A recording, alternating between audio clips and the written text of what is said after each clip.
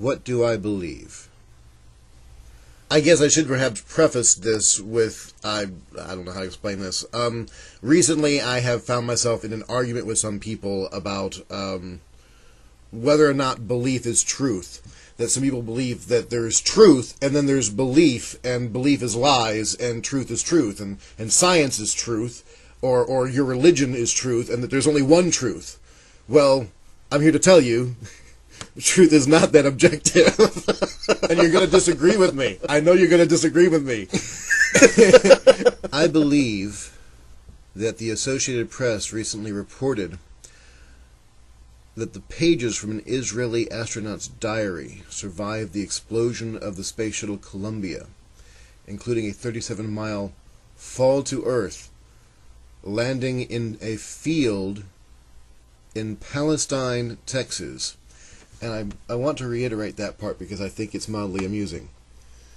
An Israeli astronaut in the space shuttle Columbia, when the space shuttle Columbia ceased to exist as it re-entered the Earth's atmosphere. Part of the restored diary of the Israeli on board that space shuttle, the first Israeli astronaut ever.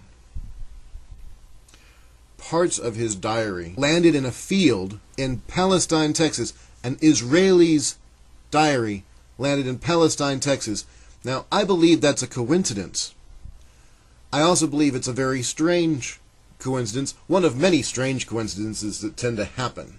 Now, it doesn't mean that there is a God. It doesn't mean that there is not a God. It's just coincidence. It just happened. And Palestine, Texas is certainly, it's a far cry from the actual Palestine. I understand this. I'm not saying that this is proof that there is a God.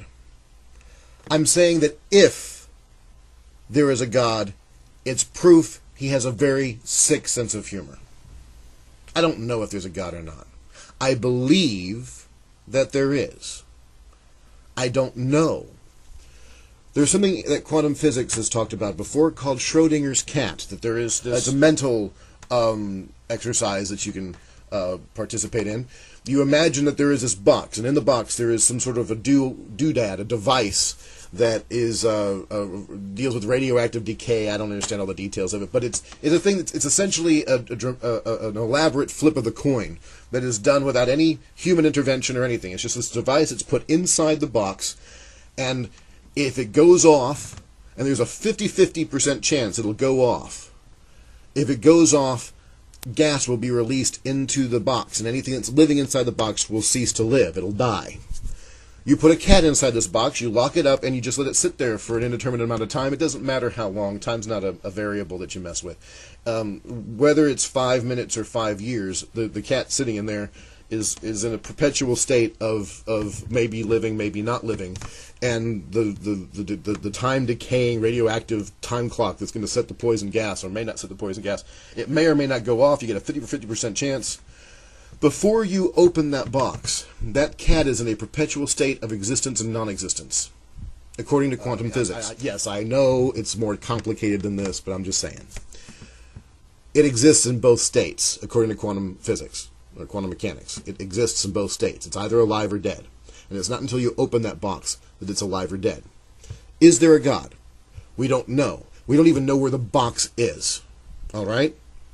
But anyone who claims that their truth is the only truth is an individual who is merely picking a fight. You are merely trolling those who disagree with you. Because until you're able to open the box, that cat is either alive or dead. It either exists or it doesn't exist. And until we can even find the box that God is in, until God comes out of the closet, as it were, he exists or he doesn't exist.